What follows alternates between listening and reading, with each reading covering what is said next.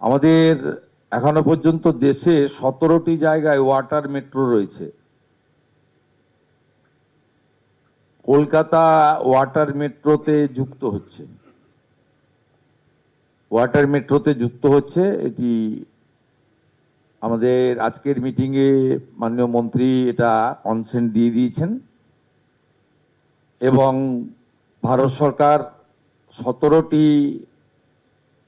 আমাদের river line বা C based সিটিগুলোতে যে ওয়াটার মেট্রো লেটেস্ট কেরালামে হয়েছে, সেখানে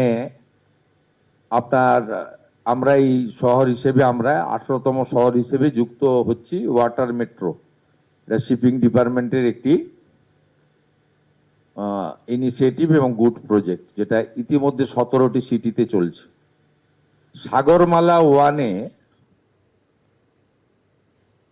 আমাদের বিগত রাজ্য সরকার যুক্ত হননি, তাদের কেন্দ্রের কোনো স্কিমেই যুক্ত হননি, তার খেসারত বাংলার মানুষকে দিতে হয়েছে। এবং মুখ্যমন্ত্রীর সভাপতিত্বে যে কমিটি তৈরি করার নির্দেশিকা ছিল, কমিটিও তৈরি হয়নি। আমরা সাগরমালা ওয়ান তো মিস করে গেছি, ওটা ক্লোজ হয়ে গেছে। আমরা খুব খুশির খবর পেয়েছি গতকালই মাননীয় প্রধানমন্ত্রী নরেন্দ্র মোদীজির অনুমোদনে সাগরমালা 2 আমাদের অনুমোদিত হয়েছে দেশে। সেখানে আমরা যুক্ত হওয়ার সিদ্ধান্ত নিয়েছি এবং মুখ্যমন্ত্রীর নেতৃত্বে এই সাগরমালার যে প্রপোজাল, এটা আমরা তৈরি করব এবং 22,700 কোটি টাকার প্রপোজাল আমাদের 5 বছরের জন্য আমরা রেডি করব। এই ফিনান্সিয়াল ইয়ারেও কতগুলো প্রজেক্ট হবে। এই প্রজেক্টের মধ্যে পোর্ট কানেক্টিভিটি,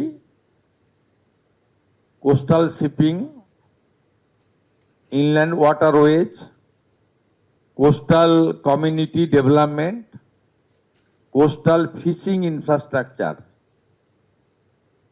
আমাদের সাগর কাকদ্বীপ নামখানা থেকে শুরু করে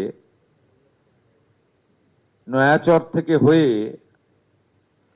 আমাদের খেজুরির তালপাটি থেকে আপ টু উড়িষ্যার বর্ডার উদয়পুর পর্যন্ত যে কোস্টাল ফিশারম্যানরা যে কষ্টে আছেন, তাদের ওখানে coastal fishing infrastructure, island development, যেমন আমাদের সন্দেশখালী হিঙ্গলগঞ্জ থেকে শুরু করে গোসাবা, বাসন্তী, ঝড়খালি, বকখালি ইত্যাদি, নয়াচর, যতগুলো কোস্টাল দ্বীপ আছে তার ডেভেলপমেন্টও এর সঙ্গে করা যেতে পারে। আমাদের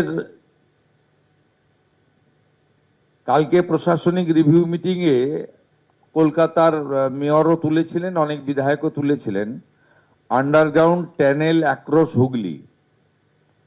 এটা মূলত এনএইচ এর কাজ, কিন্তু কলকাতা পোর্ট ট্রাস্ট বা শিপিং ডিপার্টমেন্ট এনওসি দিতে রাজি হয়েছেন। আমাদের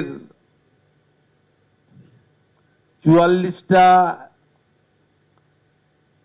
জেটির নতুন জেটি তৈরি হবে, তার এনওসি এতদিন ধরে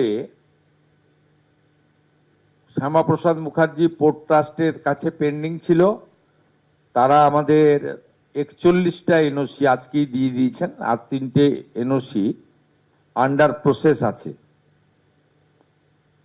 আমাদের বিচ রেস্টোরেশন, কপিলমুনি আশ্রম, সাগর আইসল্যান্ড, সেটা নিয়েও আমাদের যে অনুরোধ ছিল,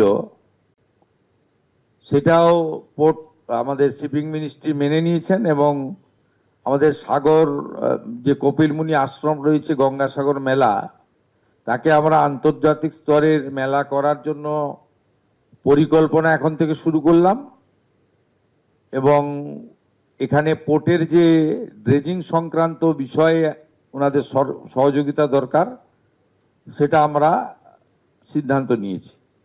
বলাগড়ে পোর্টের কানেক্টিভিটি রোড এবং আরবি ইতিমধ্যে কাজ শুরু হয়ে গেছে।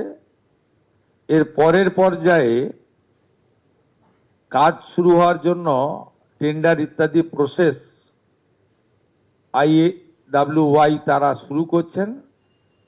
সেক্ষেত্রে বলাগড়ের বিধায়িকা তথা মাননীয় রাষ্ট্রমন্ত্রী সুমনা সরকার 2.5 কিলোমিটার ভাঙন নিয়ে উল্লেখ করেছেন। সেই 2.5 কিলোমিটার ভাঙন রোধে শক্ত প্রোটেকশন, খুব কংক্রিট প্রোটেকশন দেওয়া হবে। আর 45 কিলোমিটার স্ট্রেচ ড্রেজিং এরও সিদ্ধান্ত।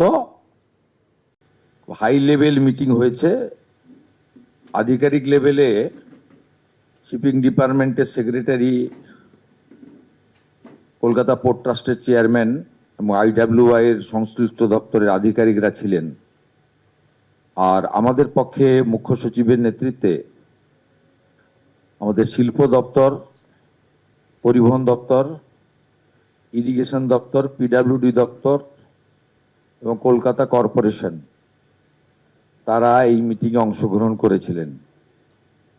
এছাড়াও বলাগড়ে যে প্রজেক্ট মাননীয় প্রধানমন্ত্রীর হাত দিয়ে শিলান্যাস হয়েছে, ওখানকার বিধায়িকা তথা পশ্চিমবঙ্গের রাষ্ট্রমন্ত্রী সুমনা সরকার ছিলেন। কাশীপুর বেলগাছিয়ার বিধায়ক রিতেশ তেওয়ারি, হলদিয়ার বিধায়ক প্রদীপ বিজলি এবং হাওড়ার বালির বিধায়ক সঞ্জয় সিংহ ছিলেন। তাদের এলাকার কিছু পোর্ট এবং শিপিং, আমাদের জাতীয় জলপথ সংক্রান্ত কিছু বিষয় নিয়ে আমি এই প্রাথমিকভাবে কয়েকটা বিষয় উল্লেখযোগ্য আপনাদের মাধ্যমে পশ্চিমবঙ্গের জনগণকে জানাচ্ছি। সেটা হচ্ছে, আমরা দায়িত্ব নেওয়ার পরে মূল্যায়ন করতে গিয়ে দেখেছি এ বিষয়ে গতকাল আদানি গ্রুপের MD করণ আদানির সঙ্গেও আমার আলোচনা হয়েছিল regarding Tajpur deep sea port. ওটা তো ইতিমধ্যে ওনারা এক্সিট করে গেছেন এবং আমরা দেখেছি ওটা ভাইবিলিটি ছিল না, কারণ গভর্নমেন্টের হাতে কোনো ল্যান্ড ছিল না। যে কথা বারবার LOP হিসেবে তখন আমি বলেছিলাম যে তাজপুর ডিপ সি পোর্ট কখনো দাঁড়াবে না যতক্ষণ না পর্যন্ত rail, NH connectivity, warehouse সহ অন্তত কয়েক হাজার একর জমি সংগ্রহ না হবে। ফাইনালি সরকার পরিবর্তন হওয়ার পরে আজকের এই মিটিংয়ে আমরা, তার আগে আমাদের যে সংশ্লিষ্ট দপ্তর মাননীয় প্রধান সচিব আছেন বন্দনা যাদব, তিনি তার নেতৃত্বে যে টিম CS এর গাইডেন্সে, মনোজ আগরওয়ালজির গাইডেন্সে তারাও যে মূল্যায়ন করেছেন, তাতে তারা বলে দিয়েছেন যে ওখানে পোর্ট সম্ভবই নয়, মানে যেহেতু রাজ্য সরকার হাতে কোনো জায়গা নেই। মানুষকে আমরা আশাহত করছি না। আমরা আজকে নতুন একটা প্রপোজাল নিয়ে গিয়েছি। তাজপুর থেকে 10 কিলোমিটার দূরে দাদন পাত্র বাড়, যেখানে সল্টের পুরনো ফ্যাক্টরি ছিল, সেখানে 1700 একর ল্যান্ড রাজ্য সরকারের হাতে রয়েছে। আমরা এখন ওইটা নিয়ে এগোবো। আজকে আমাদের মিটিংয়ের এজেন্ডা এটা ছিল এবং মাননীয় মন্ত্রী সর্বানন্দ সোনোয়ালজি NOC এবং যদি রেভিনিউ শেয়ারিংয়েও আমরা রাজি আছি। আমাদের ভারত সরকার এবং পশ্চিমবঙ্গ সরকার যৌথভাবে ওইটা নিয়ে আমরা, যেটা বাস্তবসম্মত হবে, 1700 একর জমি হাতে নিয়ে আমরা এগোবো। পরে জমি সংগ্রহ করা যাবে। প্রাথমিকভাবে এটা আমরা আজকের এখানে সিদ্ধান্ত নিয়েছি।